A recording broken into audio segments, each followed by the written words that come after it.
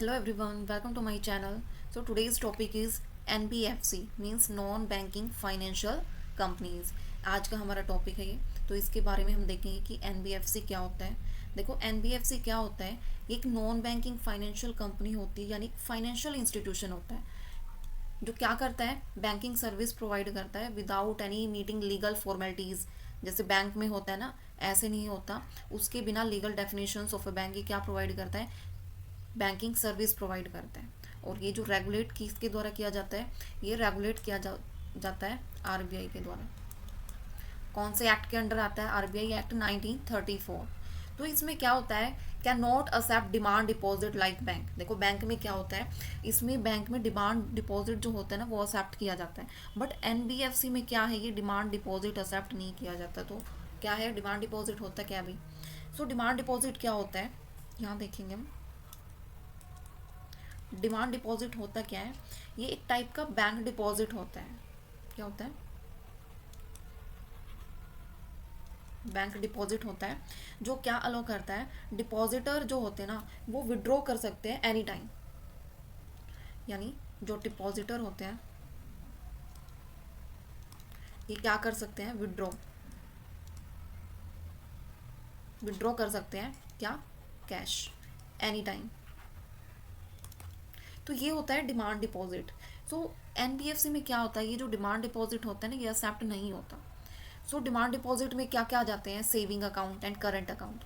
Saving account and current account. So saving account क्या होता है, इसमें लिमिटेड विड्रॉ करते हैं हम, किससे, विद अर्निंग इंटरेस्ट के साथ। बट करंट अकाउंट में मेनली जो करंट अकाउंट होता है वो किस लिए होता है, वो बिजनेस जो ट्रांजेक्शन की जाती है ना फ्रीक्वेंटली, उनके लिए क्या होता है, करंट वाला। एंड सेविंग क्या होता है, नॉर्मल जो कस्टमर अकाउंट होता है। सेविंग हमारे पास भी कौन सा अकाउंट है, सेविंग। हम विड्रॉ करते हैं तो कौन से अकाउंट से विड्रॉ करते हैं, सेविंग अकाउंट से। हम कहीं भी जाते हैं एटीएम से पैसे विड्रॉ करते हैं तो हम कौन सा ऑप्शन सेलेक्ट करते हैं, सेविंग अकाउंट। तो ये क्या है भाई, हमारा डिमांड डिपॉजिट है। इसमें और क्या होता है, इसमें कोई मेच्योरिटी पीरियड फिक्स नहीं होता। किसमें, डिमांड डिपॉजिट में। क्या लिखोगे एक पॉइंट, कि इसमें जो मैच्योरिटी जो पीरियड होता है ना वो फिक्स नहीं होता। दूसरा, विड्रॉ कर सकते हैं एनी टाइम। और क्या, इसमें कोई भी पीरियड नोटिस की रिक्वायरमेंट नहीं होती। जब हम विड्रॉ करते हैं ना, विड्रॉ करेंगे तो पीरियड नोटिस देना पड़ेगा, तो वो ऐसे कोई नीड नहीं होती। इसमें जो इंटरेस्ट होता है as compare to fixed deposit से क्या होता है, लो होता है, किसमें, डिमांड डिपॉजिट। ठीक है। सो ये है। अब इसके फंक्शंस क्या होते हैं भैया एनबीएफसी के। फर्स्ट क्या है, लोन एंड एडवांसेस, यानी ये पर्सनल लोन प्रोवाइड करता है, बिजनेस लोन भी प्रोवाइड करता है। व्हीकल लोन वगैरह लेना है तो वो भी ये एनबीएफसी कंपनी जो है प्रोवाइड करती है। सेकंड क्या है भाई, एसेट फाइनेंसिंग। अब अगर क्या है, ऑफर लीजिंग, यानी लीजिंग क्या होता है, पट्टे पे देना। ठीक है। तो इसमें या हायर परचेज सर्विसेज वगैरह होगी, तो उनके लिए ऑफर प्रोवाइड करता है एसेट फाइनेंसिंग। थर्ड क्या है, investment services.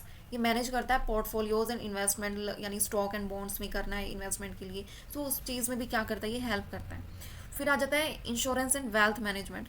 Insurance and wealth management में क्या होता है, जो एनपीएफसी है ना ये ऑफर प्रोवाइड करता है इंश्योरेंस और वेल्थ मैनेजमेंट के जो प्रोडक्ट होते हैं ना उनमें भी क्या प्रोवाइड करता है, ऑफर प्रोवाइड करता है फॉर लोन्स वगैरह के लिए।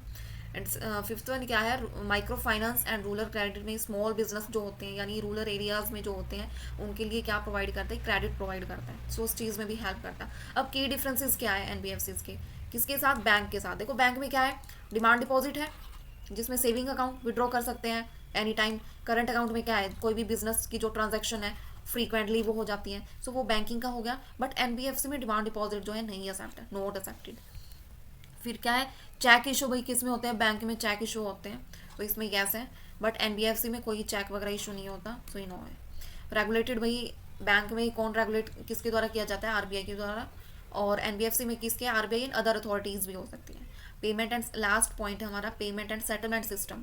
अब बैंक में क्या है, जो पेमेंट एंड सेटलमेंट सिस्टम है भाई वो होता है, बट एनबीएफसी में ये चीज़ नहीं होती। ठीक है।